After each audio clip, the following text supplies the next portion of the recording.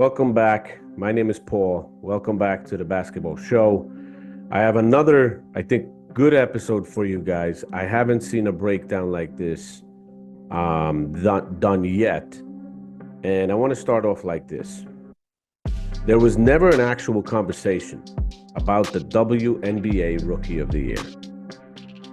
No matter what you see on actual rankings on ESPN or anywhere else for that matter, looking at Caitlin Clark and looking at Angel Reese, just visually, there is no comparison. Looking at their stats, there's no comparison as well. Looking on how their play impacts their teams and actually contributes to winning, there is no comparison. There is no conversation. It was pointless from the start. You can compare two stars to each other, no problem. But to compare a star to a very good role player, I'm sorry, I don't consider Angel Reese to be a star. She's a really good role player. Come on. I'm not trying to offend anyone. This is strictly a basketball-related and influenced opinion here. In my opinion, if Angel Reese somehow ends up winning the Rookie of the Year for the WNBA, she will win it not because she's better than Cece, and not because she has a bigger contribution to her team and the league, and not because of the basketball player that she is. The only possible way Reese can win Rookie of the Year in the WNBA this season is if they use the formula of equity and inclusion to make that decision. I said that, yes. That's the only way that she can win. That's it. That is the only possible way Angel Reese can win Rookie of the Year. Equity and inclusion is the only thing that can explain Reese winning the Roy. Up to the All-Star break, the Fever and Sky were with almost identical records. I think there was one game difference there. That's why, for so many people, the lines were blurred between those two players. I think that was the major thing that affected that decision. Since the All-Star break, Cece has been on another level, tearing it up. Reese, on the other hand, has been literally looking like she stat pads for double-doubles, playing in certain games with all reserves. She was the only starter out there in the last few minutes, especially against the Fever, when Fever blew them out. She was the only starter out there just to get her double-double. That's it. What kind of a look is that? The coach of the Sky, of the Chicago Sky, is making terrible decisions. How do you think other players on the team feel when you let this girl have favorable treatment like that, while other players not normally getting minutes in games could play? This has become, in some circles, a race not for who the better basketball player is, but some people have literally let jealousy and focus on skin color influence their thinking. Basketball is a beautiful sport. In basketball, we should make decisions influenced by basketball skill off the court, handling of yourself, of your business, and being a professional. To me, there is a clear winner in all three of those categories. It's not even a debate. Just comparing the stats. Come on, guys. Let me run through these 8 most important stats that I think we should look at. Points per game. CeCe is 9th overall in the league as a rookie at 18.7. Angel Reese is 27th at 13.3. Tell me who's a better scorer. No question is it CeCe. Most of Reese's points are putbacks of boards.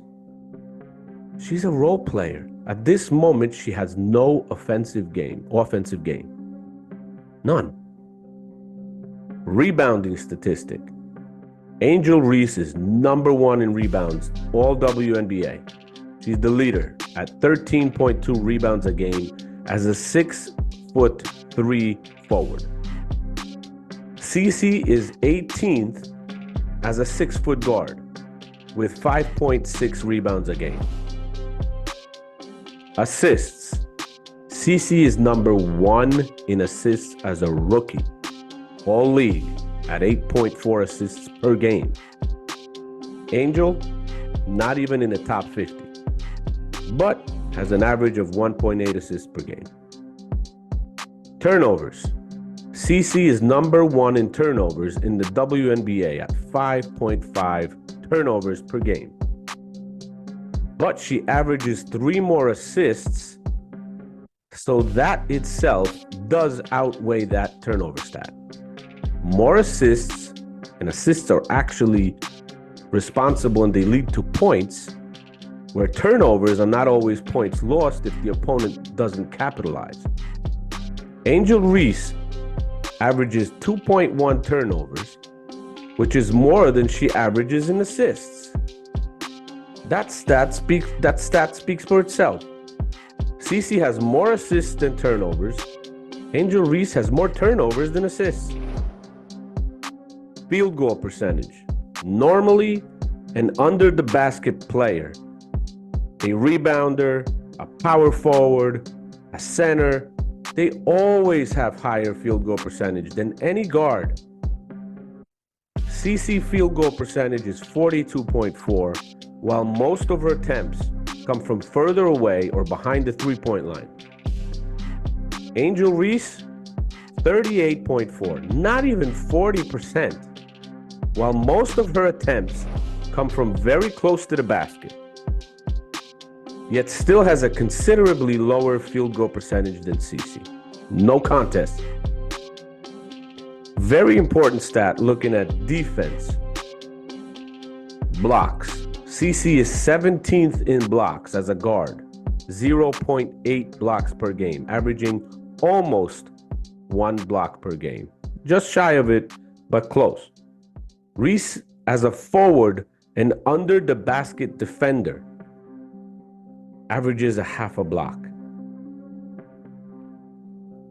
Almost half of what CeCe averages as a guard. Steals. CeCe is 16th, averaging 1.4 steals a game. Angel Reese, right behind her at 17th, averaging 1.3 steals a game. Very close, but CeCe still leads. Now let's look at the player efficiency ranking. CeCe is slated number 6th all WNBA. Reese, number 13th all WNBA. Now, I described the 8 most important stats in the game of basketball that matter. Caitlin Clark is better at 6 out of 8 of those stats. I mentioned Angel Reese. Angel Reese has only 2 of those 8 stats that she's better at. Reese is better at rebounding and has lower turnovers. With turnovers, as I said before, CeCe makes up for it in a way with much higher assists than her turnovers, where Reese actually commits more turnovers than assists. As you can see, I did not mention three-point shooting as a stat, because three-point shooting is very specific only to CeCe. and was never a strong point of Angel's game. She never concentrated on it. She was never using that as a part of her game.